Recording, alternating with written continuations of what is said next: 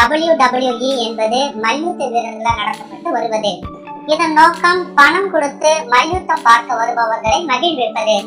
இதன் நோக்கத்தின் அடிப்படையில் தான் WWE சென்று கொண்டிருக்கிறது. உங்களில் பல பேருக்கு WWE உண்மையா இல்லையா என்று நிறைய குழப்பங்கள் இருக்கலாம். நாங்கள் என்ன கூறவிருக்கிறோம் என்றால், WWE இல் இருக்கும் உண்மையான விஷயங்கள் மற்றும் போலியான விஷயங்கள் பற்றி. முதலில் மல்யுத்த வீரர்களை பற்றி பார்ப்போம். நீங்கள் ரிங்கில் பார்க்கும் ரெஸ்லர்ஸின் கதாபாத்திரம் சித்தரிக்கப்பட்டது. உண்மையில் அவர்களின் குணாதிசயங்கள் WWE வெளியே வேறு மாதிரியாக இருக்கும். அடுத்து அவர்கள் செய்யும் ஸ்டன்ட்ஸ் எல்லாம் உண்மை. அப்புறம் ஏன் WWE நடக்கிற மேட்சஸை ஸ்லோ மோஷனில் பார்த்தா போலி மாதிரியா தெரியுதுன்னு கேட்கலாம். என்னவென்றால் இதுதான் அவர்களின் தொழில். அவர்கள் அவ்வாறு செய்யதான் பயிற்றுவிக்கப்படுகிறார்கள். அவர்கள் ரிங்கில் செய்யும் ஒவ்வொரு ஸ்டன்ட்ஸும் பல முறை செய்து மற்ற சக வீரர்களுக்கு உயிர், கை கால் முறிவு மற்றும் பலத்த சேதம் வராமல் தடுப்பதற்காகத்தான். அதையும் மீறி இதில் தொழில் பகை காரணமாக ஆக்ரோஷமாக சண்டையிடுவதும் உண்டு. உதாரணத்திற்கு கடந்த வருடம் நடைபெற்ற சம்மர் ஸ்லாம் போட்டியில் பிராக் லெஸ்னர் சக வீரர் ராண்டி ஆர்டனை முழங்கையால் தாக்கியதில் மண்டை கிழிந்து ரத்தம் வந்தது குறிப்பிடத்தக்கது. எத்தனையோ ரெஸ்லர்ஸ் இறந்தும் இருக்காங்க.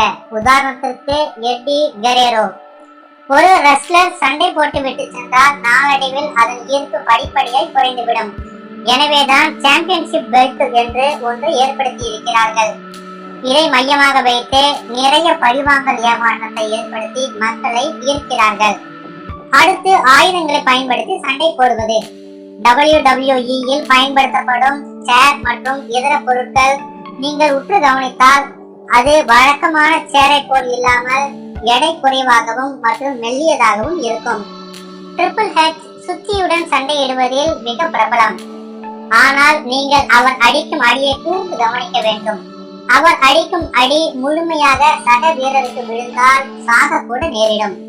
அதனால் அவர் அடிக்கும் போது தனது கையை சுத்தியின் முன்பு வைத்துதான் பெரும்பாலும் அடிப்பார். அடுத்து ரத்தம் வருவது. இதில் ரத்தம் வருவதும் போலி கிடையாது. இந்த செயலின் பெயர் பிளேடிங் என்பர். அதாவது ரெஃப்ரி மல்யுத்த வீரர்களிடம் ஒரு சிறிய பிளேட் அல்லது பின் கொடுப்பார். இதனை வைத்து அவர்கள் நெத்தியில் ரத்தம் வரும் அளவிற்கு ஒரு மெல்லிய பிளவை ஏற்படுத்துவர். ரத்தம் முகம் முழுவதும் பரவ காரணம் அவர்கள் தங்கள் கைகளால் பரப்பிக் கொள்வார்கள். அடுத்து ஸ்டேஜ் பற்றி பார்ப்போம். ஸ்டேஜ் எப்படி அமைத்திருக்கிறார்கள் என்றால் மேலே பலகையால் அமைத்திருக்கிறார்கள். கீழே மல்யுத்த வீரர்களுக்கு விழும் அடியில் அழுத்தம் குறைக்கும் வகையில் ரிங்கை ஸ்பிரிங் சஸ்பென்ஷனால் உருவாக்கி இருக்கிறார்கள். WWE கிட்டத்தட்ட சீரியல் மாதிரிதான். அடுத்து என்ன நடந்தா ரெஸ்லிங் ஃபேன்ஸ் அதிகமாவாங்கன்னு பார்ப்பாங்க. அதற்கேற்ப மல்யுத்த வீரர்களின் வெற்றியை நிர்ணயம் செய்வாங்க.